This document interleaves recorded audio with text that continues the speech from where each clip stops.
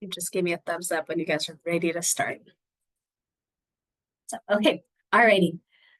Sounds good. Well, hello, everyone. Thank you so much for joining us for our Investing Early Together second information session.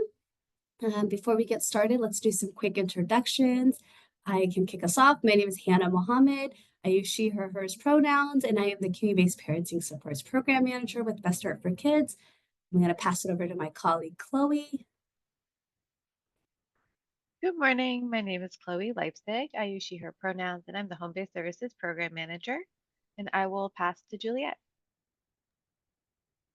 Hi, good morning, everyone. My name is Juliet. I use she, her pronouns, and I'm the Developmental Promotion Team Lead, and I will pass it to Cynthia. Good morning, everyone. My name is Cynthia Turriette. I use she, her pronouns. I'm the Universal Developmental Screenings and Promotions Program Manager. And I just wanted to also provide you with some information of how we're going to manage questions in the chat. Because we have a lot of information to cover, we want to encourage folks to and invite folks to add any questions that you have in the chats as they come up. And as a team, we'll be answering them using the reply feature on Zoom. Once your question has been answered, we'll put a little green question mark acknowledging that we have answered the question. There will also be a time to ask questions verbally if that's what you prefer. So we will pause at the end of each section for you to be able to do that if that's something that you prefer. So we will be tracking, and if we are human and we miss a question, so please feel free to call attention to that, but we will be answering them as we go on. Sometimes it takes a little bit of time. So thank you all for being here. And I will pass it back to Hannah. Yes, thank you, Cynthia. Yes, that's great. And then we also have technical assistance available for this RFP. So that's free supports to help you with your application. Do we have any TA consultants with us today? Yes, please introduce yourself. Hi, everyone. My name is Mariana with Reimagine Collective, and I'm one of the technical assistance providers for this opportunity. Nice to meet everyone. Thank you. Hi, good morning, everyone. I'm Swee Kripe, and I'm with Dicentra Consulting, one of the technical assistance providers for this strategy. Good to be here. Thank you.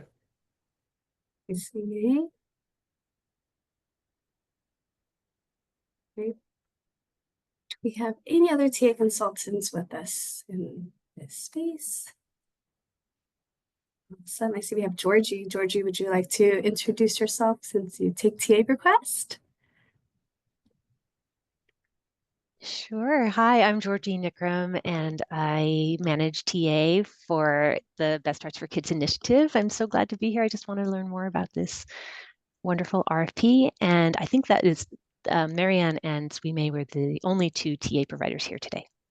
Perfect. Thanks for confirming. Appreciate it.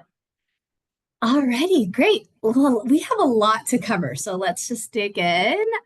This is our packed agenda for the day. We're going to start off with giving you a quick overview about Best Start for Kids. We're going to talk about our strategy, background, and scope of work. We're going to talk about the target audience that we're hoping to capture in this RFP. We will give a little update on the RFP timeline and funding. We'll go over an application narrative questions and Zoom grants. We'll share some resources that's available in the RFP library. And then lastly, just wrap up with sharing some Best Start for Kids resources as well. This is our vision at Best Start for Kids. You will hear us say often, happy, healthy, safe, and thriving. We want to see babies are born healthy, kids thrive, and young people grow up to be happy, healthy, safe, and successful adults. That is the heart of what we do. And we do this through a couple of different investment areas. We are in the second levy, which you'll hear us refer to as BSK 2.0. It is running from 2022 to 2027. And in this levy, there's two new bodies of work that we've added. Childcare subsidy to increase access to childcare services, as well as provide investments and supports to the childcare workforce.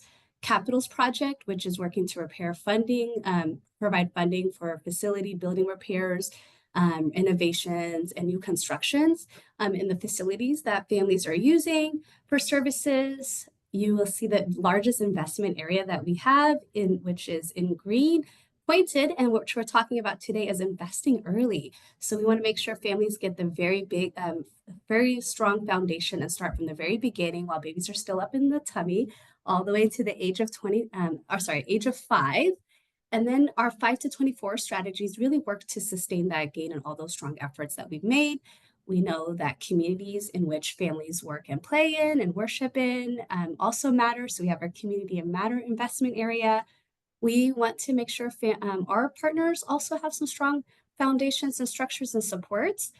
So we have technical assistance and capacity building available. We try to prevent homelessness as much as possible. And then we want to evaluate the impact of all these great things and all these investments that we're doing. So data and evaluation is 5% of the remaining levy as well. This RFP is the first time you probably have seen 3 investment areas together at the same time. So this has the community-based parenting supports body of work, as well as home-based services and universal developmental screening and promotions, which has a lot of other sub-services that we'll talk about in a moment. But we just wanted to share a little bit more about why you're seeing those 3 buckets together. The work is really interconnected and complementary. The work happens fluidly and organically. We see a lot of our partners implement services in all of the different bodies of work.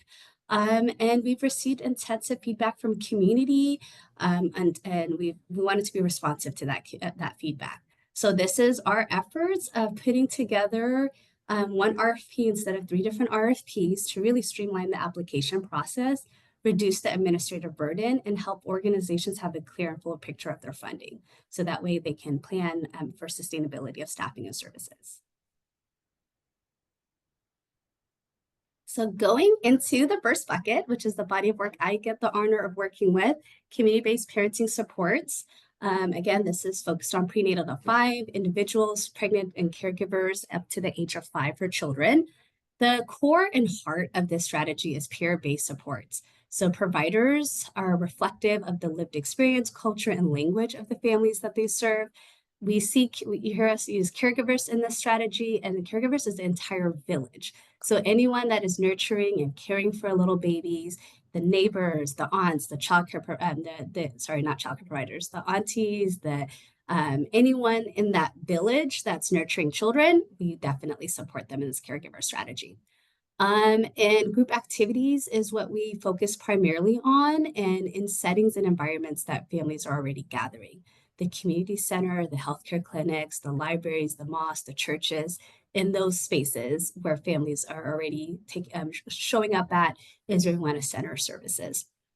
This strategy covers, this RFP covers a couple of different bodies of work that I'll touch up in a moment, but just wanted to notate one portfolio that's not listed in this RFP, and that's getting basic need resources to families through 3 partnerships that we already have established. Okay.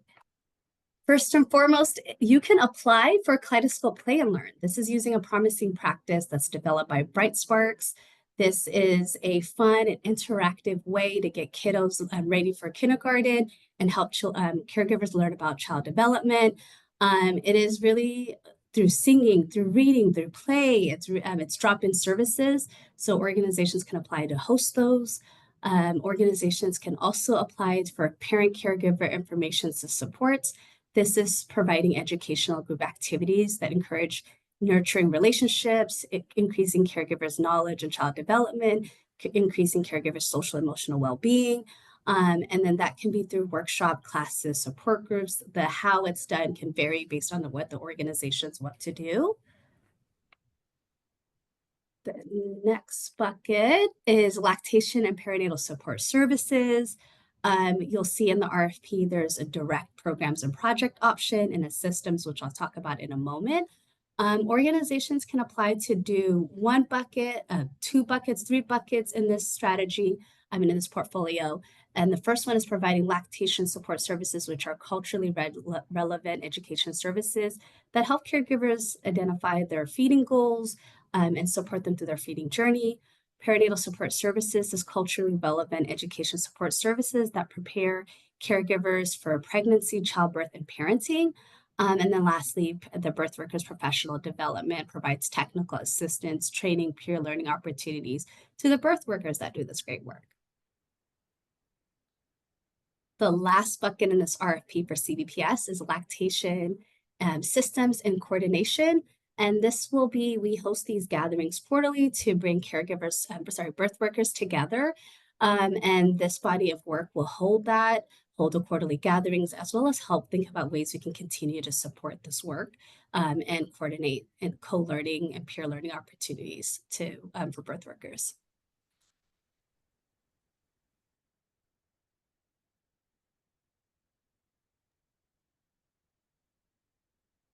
So home-based services, which in some contexts is also called home visiting, is a type of support that offers individual families ongoing relationship-based support in the places that they live.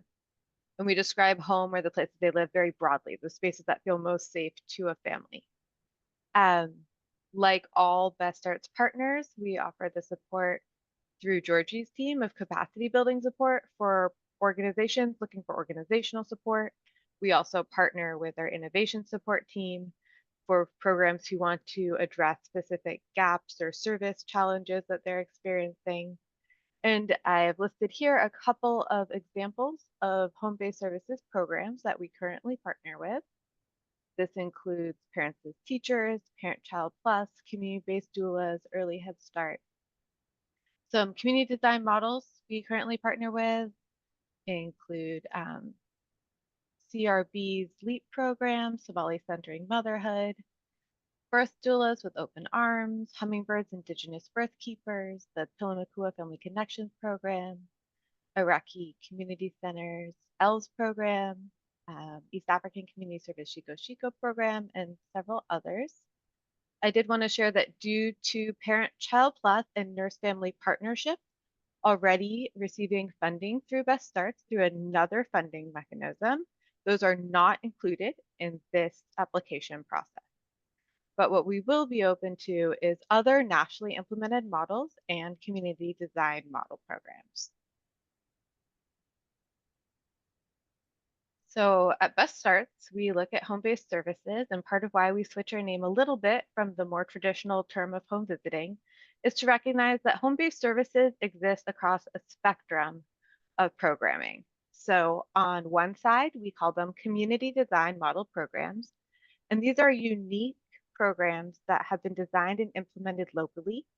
They use things like community designed evidence or practice-based evidence, local expertise, lived experience for a community to build out a program by them, for them, and implement it in this unique King County context.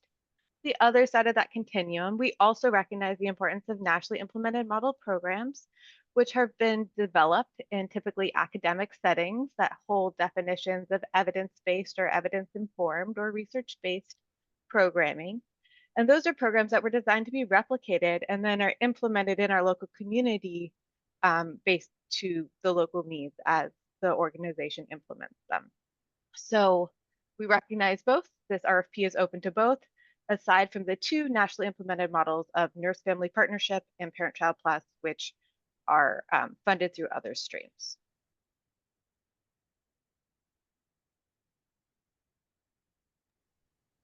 All right.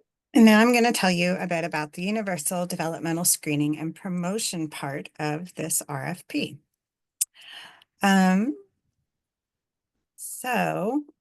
Universal Developmental Screening and Promotion programs provide information, training, tools, and connections among early childhood providers. We really want to ensure that all families have a deep understanding of their child's development and that all King County children get access to culturally appropriate and high-quality developmental screening throughout childhood. Ideally, this happens through warm relational approaches, and families are supported and connected with a wide range of resources after screening. UDSP programs promote the delivery of services in ways that are most accessible to families. So we're not saying where it needs to happen or how it needs to happen. We're looking for applicants to really propose ways that are most meaningful to the families they work with. We want practices that are culturally rooted, that are informed by families, and that are delivered in preferred languages. In these programs, early childhood providers promote belonging by making efforts to celebrate milestones, reduce stigma, and address misconceptions about developmental delays and disabilities and mental health concerns.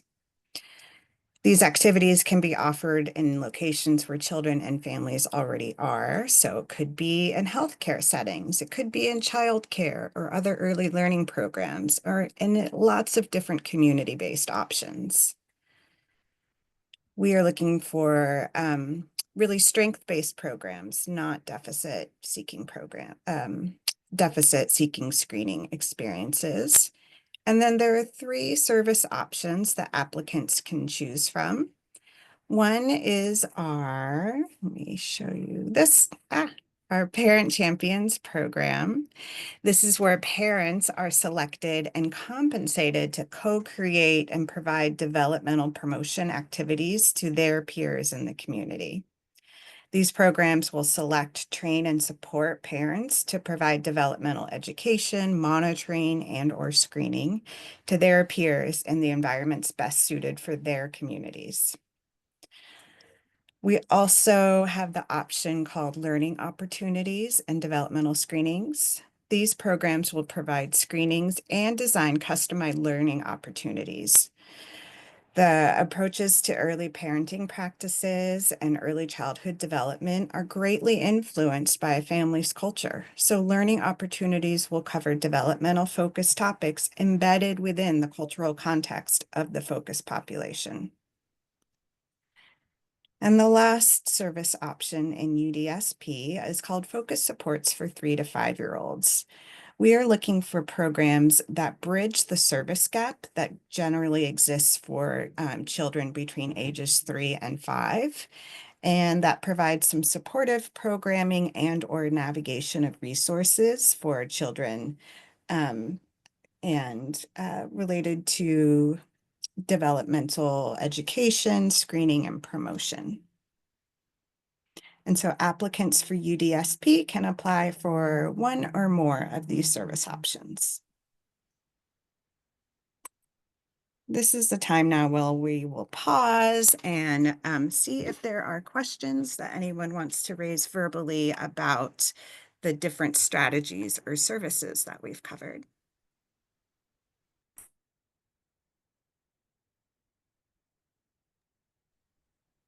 Yes, Rachel. Hey there. Thanks, Juliet. Thank you so much. In getting deeper into reviewing the getting deeper into our proposal this time around, I noticed that this time this LODS section combines what was previously both, like, I think there was a celebrate early childhood development and a separate, like, community designed learning opportunities as kind of 2 separate ones in the last round of proposals. And so I guess my question is, in learning opportunities and developmental screenings, does that and mean that programs that are funded in that subsection will be doing both developmental screening and designed learning opportunities as opposed to one or the other? Yes, that is correct. Previously, those were 2 separate services or options, and they are now together. There's no stipulation that they have to be sort of equal amounts, 50-50 screening, and just as many learning opportunities. It can be more or less of one or the other, depending on what is of interest to the program and the community they're working with, but some elements of both offering access to screenings as well as some, developmental education through learning opportunities. In whether that means education as a group or individual, that's open to each situation. Thanks. And yes. Is it okay if I tag on a follow-up to that? Or do we? Okay. and maybe this is a general actual question to all the program areas, but I know that there is an invitation to apply to one area or multiple with one program or multiple. I guess my curiosity, and again, this could be a later question too, is kind of how will reviewing work to the extent that we can know about that, such that kind of it, for example, maybe Juliet to you, that it's like if a program was applying for one body of work, but across multiple of those areas, will that application be read top to bottom, or should each response embody the whole program, if that makes sense, versus, oh, they've already heard that, we don't want to bombard them with repeat information, if that makes sense. Yeah, thanks for asking. I hope this clarifies each section. So if an applicant applies for all 3 strategies, each application will be read separately. There'll be separate review groups, one for UDSP, one for home-based, and one for CBPS. You are muted.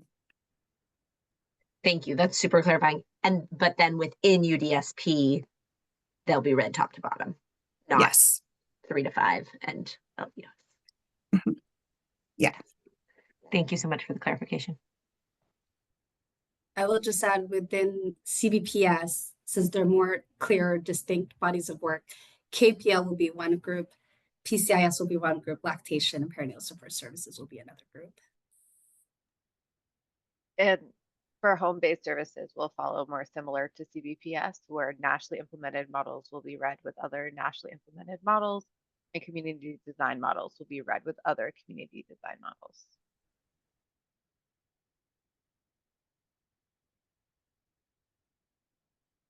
I don't want to butcher your name, but I see the hand raised. So you Okay. can go next. Okay, thank you. It's Jarman. Okay, so I have one question for HBS and then one for USDP. For the home-based services, would the Help Me Grow model be considered a model that meets criteria? No, Help Me Grow is a separate RFP, but that Okay. should be coming out. I don't know exactly when, but in not too long. So I would just make sure that you are on the registered on the blog so that you'll get a notification when that funding is released. Okay, That so one is more systems connection, and this right. one's more like direct services, if that makes a Okay. connection. Okay, so any of the ones that were examples, like the parents as teachers, is that something that, that's a model that any organization can reflect as well? Yes, definitely. If that's something you're implementing, then that would qualify as a nationally implemented model. Okay, thank you. And for USDP, I think it's Juliet, you mentioned you're looking more of a strength-based assessment, no deficit seeking experience. Could you elaborate on that? Is that more around the type of assessments that are used, or just the information that's gathered from it? Like, what are you all looking for? That's such a great question. There really are sort of limited screening tools available, and they're all sort of made to look for problems in development to get those problems addressed, right? We're looking for experiences that are strength-based. So we're looking to promote a better understanding of a child's development, whether that includes developmental concerns or not.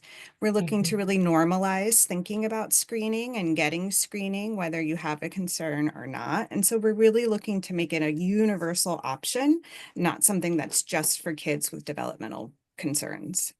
Okay, understood. Thank you.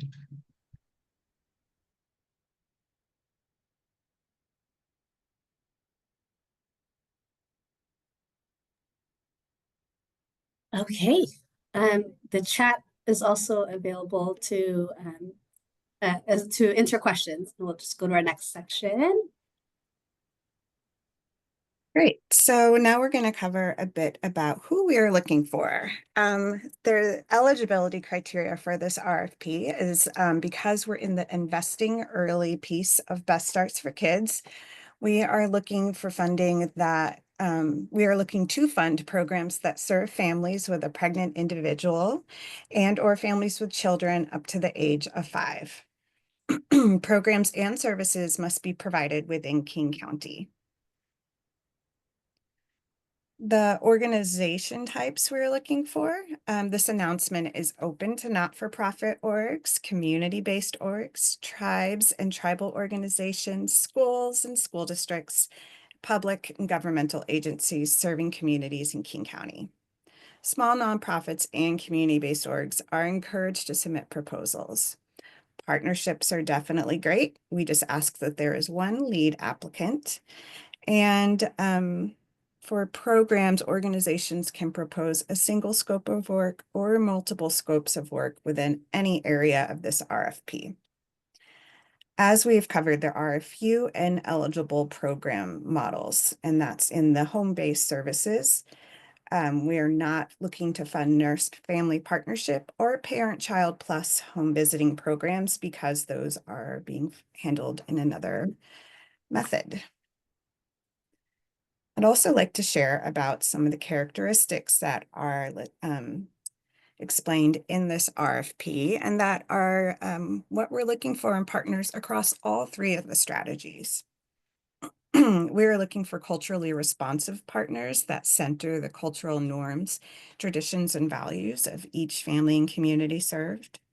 We're looking for relationship-based partners who have established or who will establish and maintain safety, consistency, and trust in relationships and partnerships through mutually accountable, transparent, responsive, and customized to context communication and support. We're looking for strength-based and inclusive partners who will work to dispel myths and promote positive messages about pregnancy and or early childhood brain development and differences to reduce stigma and increase access to care. We are looking for community-centered partners who will reflect the needs, desires, and strengths of the community they serve. Those being served should play a key role in shaping and improving program implementation and design. When serving families and communities, we hold these families and communities as the experts. And finally, we are looking for partners that are ready to implement their programs upon the start of their contracts.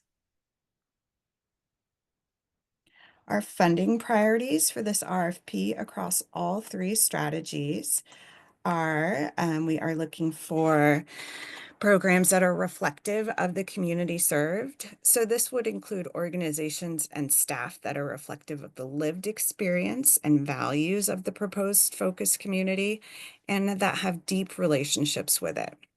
Staff that serve in management and leadership roles should be reflective of the proposed focus community alongside the direct service providers. We are looking for programs that are connected to the community served. So this would include organizations are deeply connected to and in relationship with the proposed focus community. Organizations must have regular processes for engaging and soliciting community input on approach, strength, needs, and services. And then again, we are looking for applications that demonstrate a readiness to serve. So this would include organizations that can demonstrate experience serving the proposed community, including delivering services that successfully provide emotional, physical, and/or informational support. Organizations must demonstrate clear staffing plans, including practices to hire, onboard, and support staff well-being.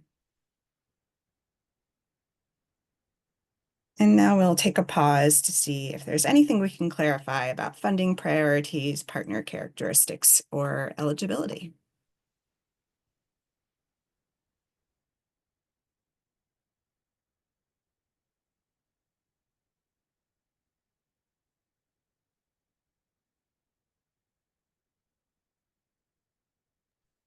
Okay.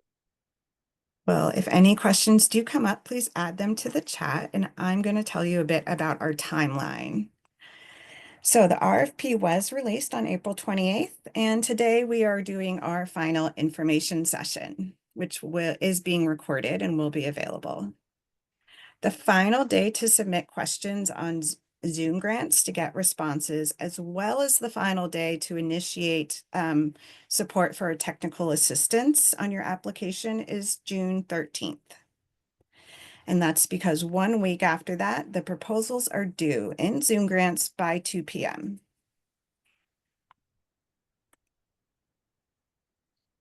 After that, we are working in July to review all the responses, and we expect to be doing interviews with applicants if needed the week of July 21st through 25th. Anyone selected for interviews will be notified by July 18th, and really want to let you know that interviews are not a step in the process toward funding. They will be a step we will take only if we need to clarify something. After all the internal processing is done, the notification of selected and non-selected applicants will be released in September for contract negotiations to begin after that.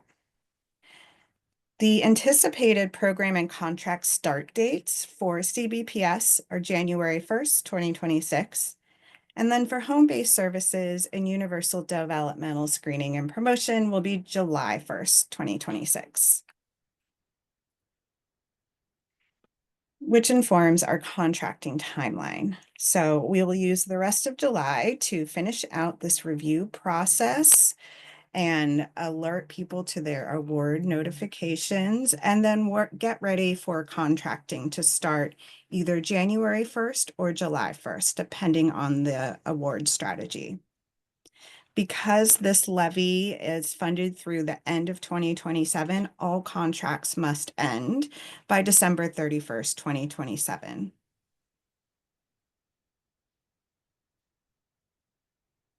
This is a bit about our funding amount that is available by strategy and service. So you can see the community-based parenting support programs in orange. Those will have contracts that are 24 months. And depending on the project that you're going to apply to do, this gives you an estimated award amount to determine your budget by. If you're applying to home-based services and or universal developmental screening and promotion, those contracts will be 18 months starting July 1st, 2026. And these are the estimated award amounts. So we hope that will help you guide you in submitting a proposal budget. Questions on timeline or funding?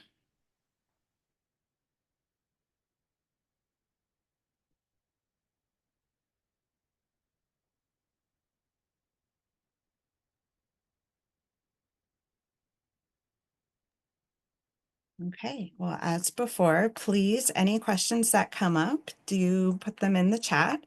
And I'm going to pass it over to Chloe, who's got some super helpful tips for navigating Zoom and submitting an application. Hi. So as Juliet said, I have this section, which is all about the logistics and how to navigate like the theory of writing out all the ideas into this practical application platform. So we wanted to make sure that you were aware that on Zoom grants, there are 3 separate links depending on which strategy, which bucket of work you're planning to apply. And Cynthia just dropped the separate Zoom grants links in the chat. You will see a lot of parallel between them, and I'll go into that a little bit in a moment. There are a couple brief multiple choice questions. They're primarily more longer answer, more deep or focused questions, focusing on those priority areas that Juliet described: reflective, connected, and ready. And as she mentioned, the interviews are only when clarification is needed. It is not moving on to a next stage. It's just making sure we can do our best to get a full picture of the proposal.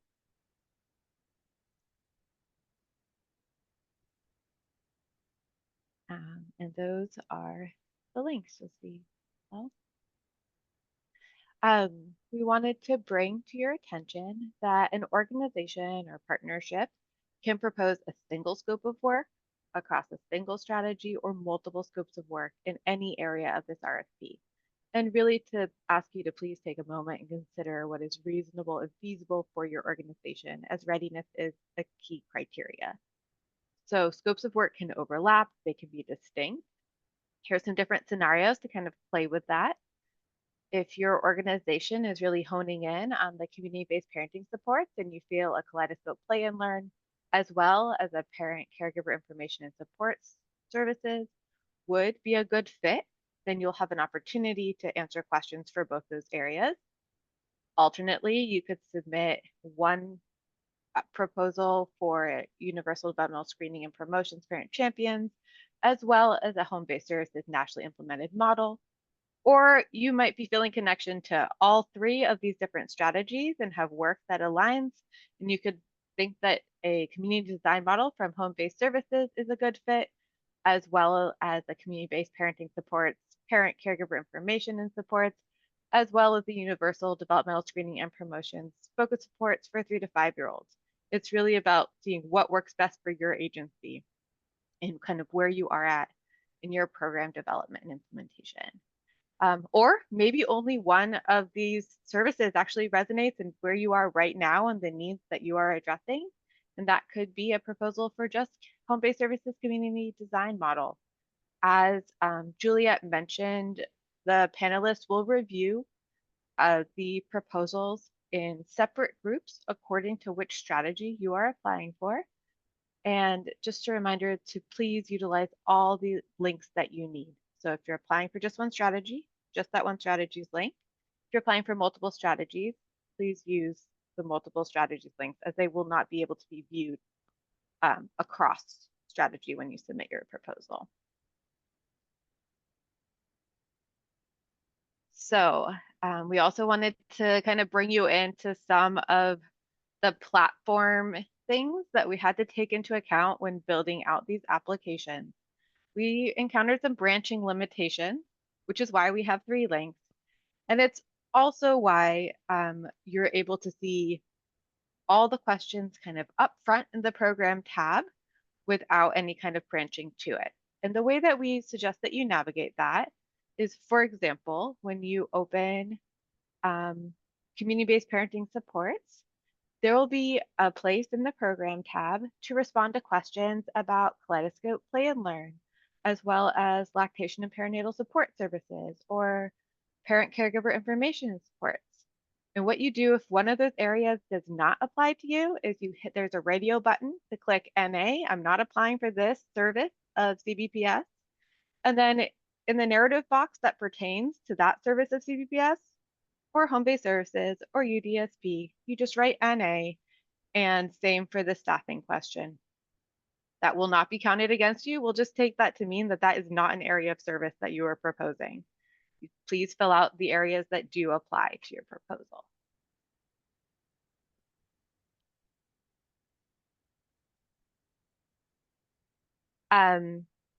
We also took a lot of care with our the committee who helped us build out this RFP and to take their feedback to create application questions that are the same across strategies and the services. So if you are applying for multiple strategies or multiple services, you should see the same questions, and we encourage you to use the same responses where they also apply. You will notice that each strategy has one unique question, and we wanted to call that to your attention so you know what to expect. For community-based parenting supports and home-based services, that unique question is under the organization tab. So no matter which service you're applying to, it's the same question. You answer it once for each of those strategies, and it is just an opportunity to share a story that best represents your organization, your program, and/or community. You can write that in the space provided, or you can attach a file. It can be a 2-page document. It could be a 5-minute audio or a 5-minute video, whatever kind of way of expressing yourself that you think best shows your story, best tells your story. And yes, reviewers will have to stop listening at that 5-minute mark. They will not read both a narrative and an attachment. So please put your energy in only answering that one time. For universal developmental supports and promotions, you'll find that strategy unique question within the program tab of questions. and that is specific to each of the service proposals that you are submitting within UDSP. And that asks, how does this specific program that you are proposing the service for reduce stigma and address misconceptions about developmental differences in early childhood? So everything else should be the same. Please still use to like copy paste and use your time well, energy well. But we did want to call out any kind of discrepancy there. Next slide, please. Some other wonky things in the way things just built out as we did our best to navigate building out a platform. So CBPS, there is that systems coordinator scope of work. The majority of CBPS scopes of work are really related to direct family services, except for one, which is a more systems level question. So Hannah offered prompts specific to the systems coordinator scope of work to help you understand what we might be looking for in a response to that question compared to those which are the direct scope of work. And for home-based services, due to this kind of wonky branching, there is a third, there's a space to respond for the submission of a proposal for a community design model program. There's a space for a nationally implemented model program. And then there's a third space in the rare chance that someone might be implementing a second nationally implemented model program or a second community design model program concurrently. We didn't expect that to be something to come out often, but in case it was, we just wanted to make sure the proposal itself wasn't the limiting factor. And because of that, there's a NA button, which will just thank you for your time and consideration for doing that extra question if it doesn't apply to you, which just says NA and it says thank you and you're done. We can celebrate that. This is a preview of what to find in the attachments library if you haven't already logged on to Zoom Grants.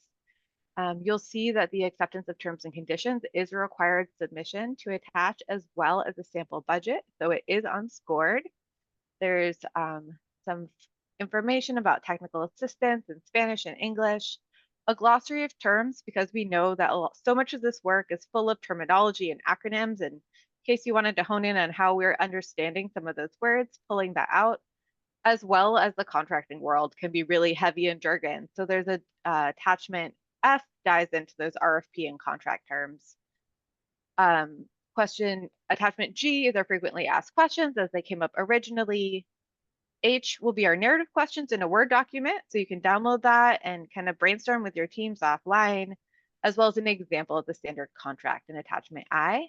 And there will be updated frequently asked questions as questions arise and get responded to by our RFP lead.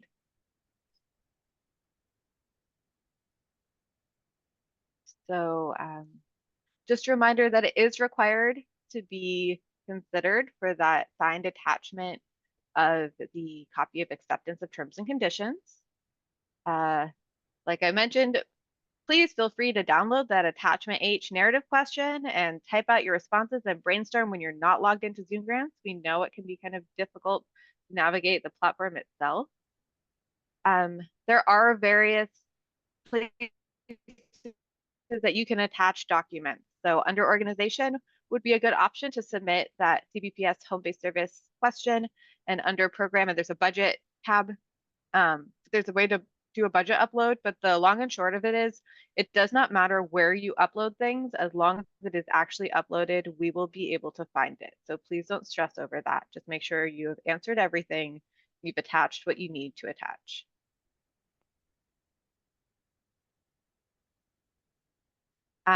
Sample budgets are unscored, but they are required. So there is a template, attachment B, that we're asking you to use. There's different tabs that, as well as an instruction sheet to kind of help you map out for what service you're proposing, what that might look like in terms of costs, what that might look like for your staffing, for any materials, and etc. So please develop an estimate. It doesn't have to be precise. Exact funding awards will be discussed during contract calls after awards are made. What we're really looking at is to see that costs are reasonable and justified, that a budget is complete and aligns with proposed activities that you listed within the scope of work type of question, and that thriving wages intentionally address wage inequities and positional wage disparities. But again, it is unscored. This is something we bring into conversation when contracts. A second piece about budget that is so important for even beyond this process is that we really encourage you to please submit your budget at true cost. What does it actually cost to run a program that you're envisioning and proposing where you're proposing to implement? And if multiple individuals or organizations are applying in partnership, please clarify what that looks like in the budget that you submit.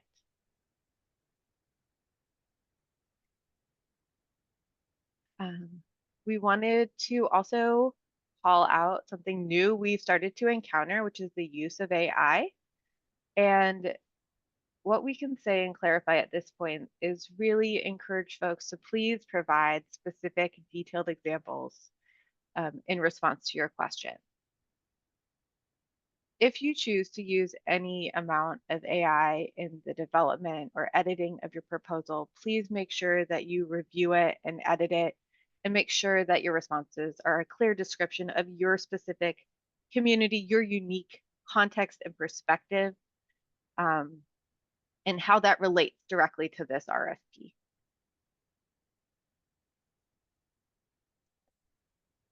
Are there any questions about Zoom grants, navigating this platform, the narrative questions, all these attachments?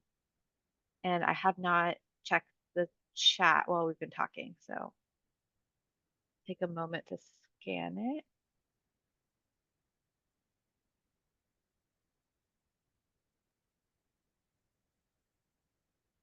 There's no questions in the chat that haven't been answered. Cool, thank you. All right, more logistics.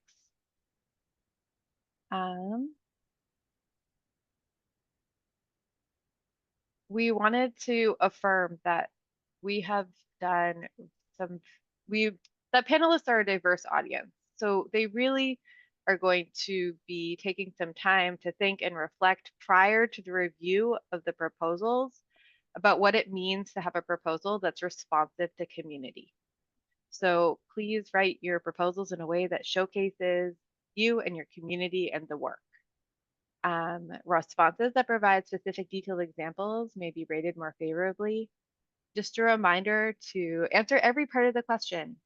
When something doesn't apply, for example, an area of service, if you're applying for a community design model, for example, and you're not applying for a nationally implemented model, please hit an A, write an A in those two questions. But if you are applying for a service, please answer the question in full. The narrative questions do have a 5,000 character limit, and it is not at all required to use all those characters. The rubric is included in attachment 8 with the narrative questions. That's the same rubric that the panelists will be trained and practicing with. And I think we already spoke about interviews.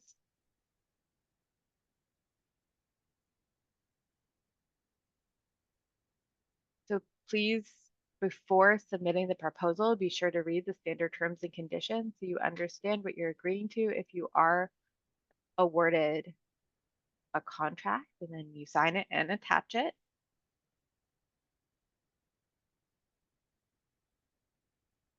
When contracting with King County, contractors are required to upload their certificate of insurance and any additional insured endorsements required within a profile in Agilent, which is one of the King County contract management systems.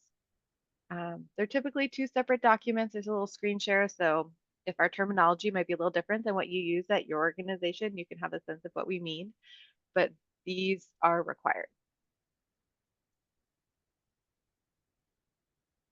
Outside of this information session, all questions do need to be directed to our RFP lead, and I'm gonna make sure we drop that in the chat. And we ask that all questions be submitted no later than June 13th at 2 p.m. A lot of the reasons you see these 2 p.m. deadlines is because Zoom Grants operates on East Coast time. So that is the close of business for Zoom Grants. And we want to make sure that we are able to respond to any questions in full, which is why we have this deadline for any questions, which is the same deadline as requests for technical assistance. Technical assistance is a great tool. We have 2 of our amazing consultants online with us here, and we really encourage you to consider it if you're not already connected. Can really help determine the fit of a proposal, support your guidance, application development, editing, and budget review. And just to clarify that they are not grant writers, they are consultants. So I see Cynthia dropped the insurance requirements in the chat.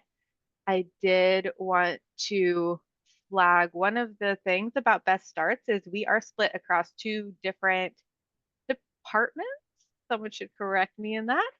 In King County, one is DCHS, which is where Universal Developmental Screening and Promotion lives, and the other is Public Health, which is where Community-Based Parenting Supports and Home-Based Services live. That's why sometimes you will see slightly different links or examples of a contract. There are small differences, and we want to make sure you have access to all the information, but we are all part of King County. And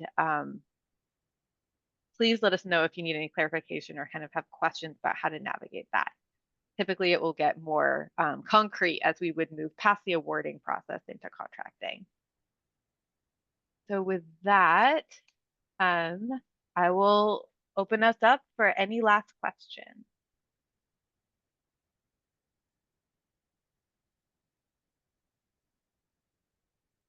And thank you, Georgie, for dropping in more about TA. Sharman. Yes, I have. Yes, thank you. I have one question just for clarification on, I think it was Chloe, you mentioned that if it's a partnership, the budget has to reflect what that looks like. You mean like which organization it would be responsible for which part of the budget or the funds that are being used? And how the money would be distributed and utilized. Between the partnerships. Okay. All right, thank you. Yeah, thank you.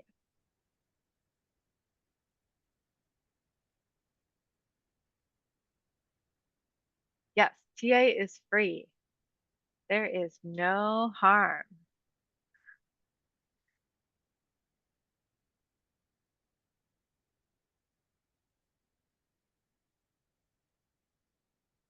We have a question. What do we do if we cannot add King County as additional insured on our insurance?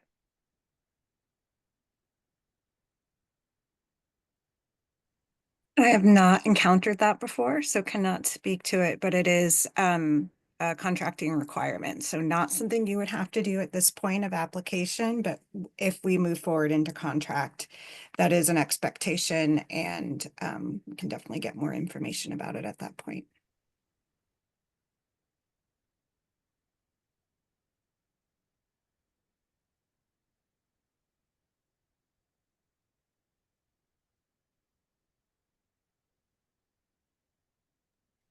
That could be a question maybe to submit to the RFP lead, so you can get some official answer. Thank you. Indeed, indeed. Yeah, thinking out loud, I was like, I don't think there's a way around it other than maybe going through a fiscal sponsor and then they can have the insurance requirement. But yes, the RFP lead would be the best point of contact since they're in contracts. When you submit a question to the RFP lead, what that looks like is once they've been able to reflect on the question and create a thoughtful response, they're going to email it back to you if you responded to them. And then when questions accumulate, it gets updated, put it all together in an addendum in Zoom Grant. So you can see what other people have been inquiring about.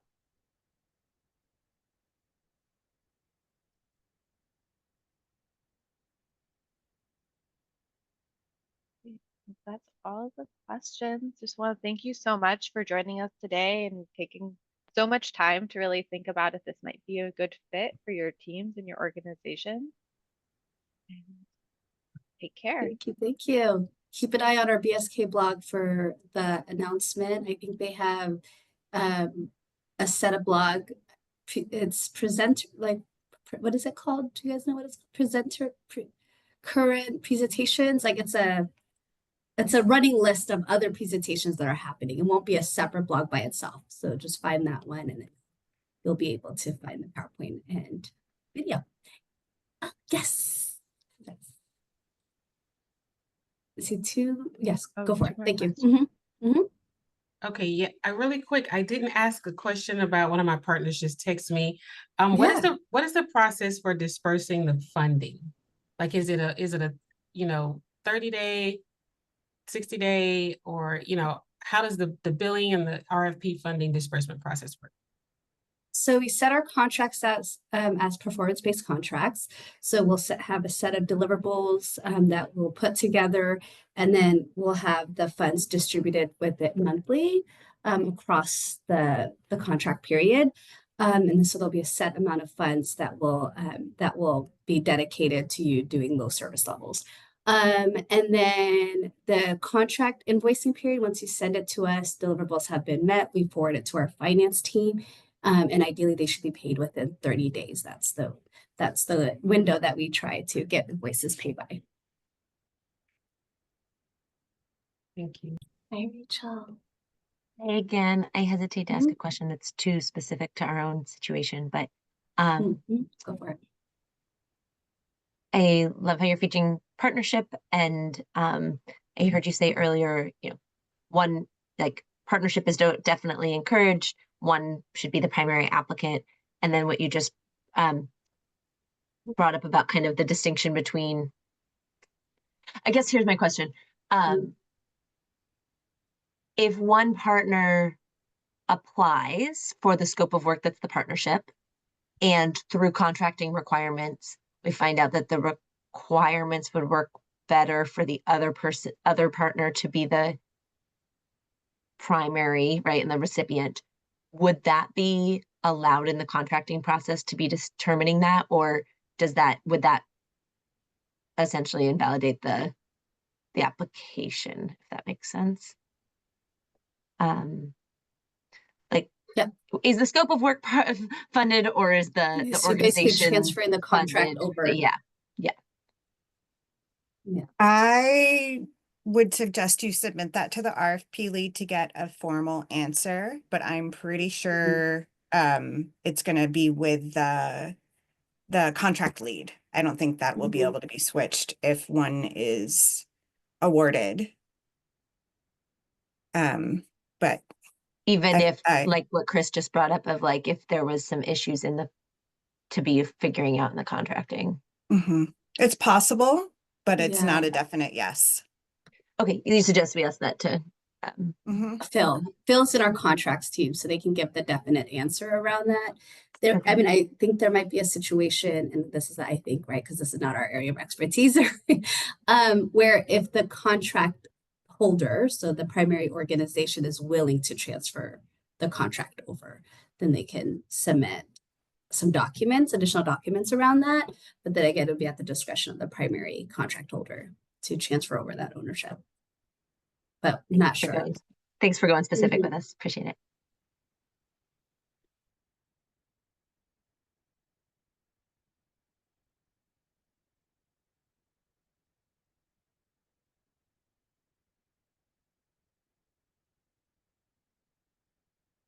Okay. Thank you. Questions can always be submitted to Phil, who's the RFP lead, and we'll be happy to answer more questions as they come up.